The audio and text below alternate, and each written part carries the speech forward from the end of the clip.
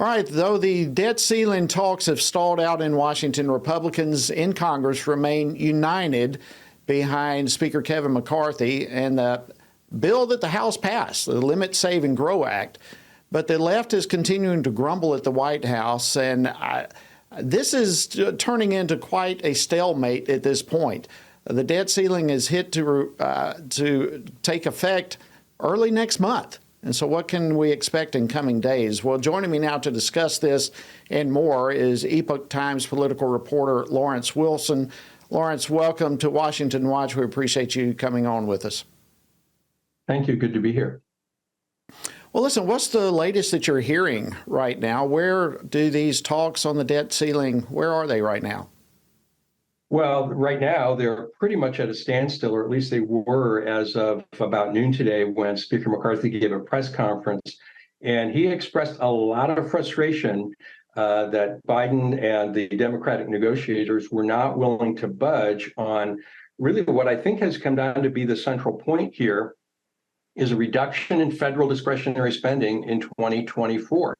McCarthy is frustrated, saying they won't give even a dollar. They won't even look to save $1 over 2023 spending in the 2024 fiscal year. And of the many things that are on the table, that seems to be the one that is the real sticking point on both sides. Yeah, and that's huge. I was watching the press conference myself, and when he made that comment that they're not willing to budge even on $1 less spending, I mean, that's pretty insane. I think everyone in America understands that spending went up during the pandemic. All Republicans are trying to do is say, let's go back to the spending levels before the pandemic took place, and not even to be willing to budge a dollar. What do you think is behind the Democrats digging in so much?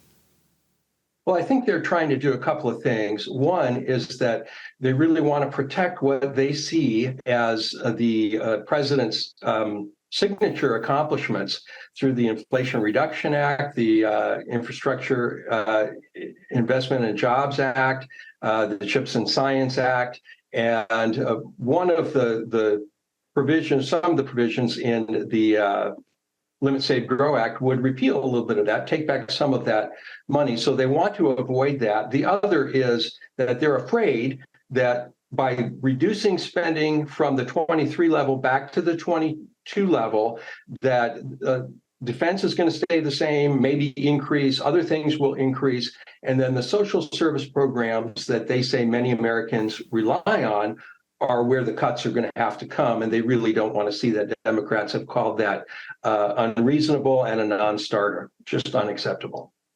Wow.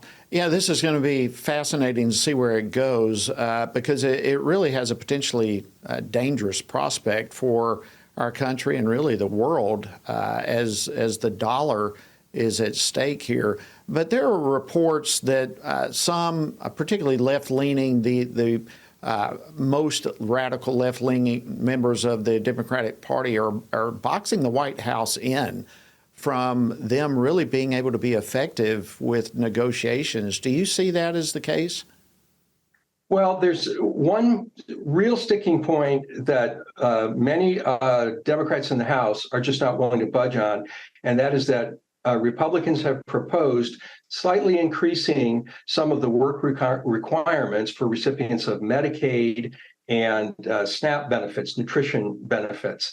And Democrats don't want to see any changes there at all. What Republicans are proposing is to increase the age range for that by about 5 years for people who are able-bodied and not parents, that is not caring for children at home. And Democrats say that's just too much. They don't want to see anybody thrown off of SNAP benefits or any other restrictions applied to those two programs. That's the one that seems to be a real sticking point besides the overall spending limit.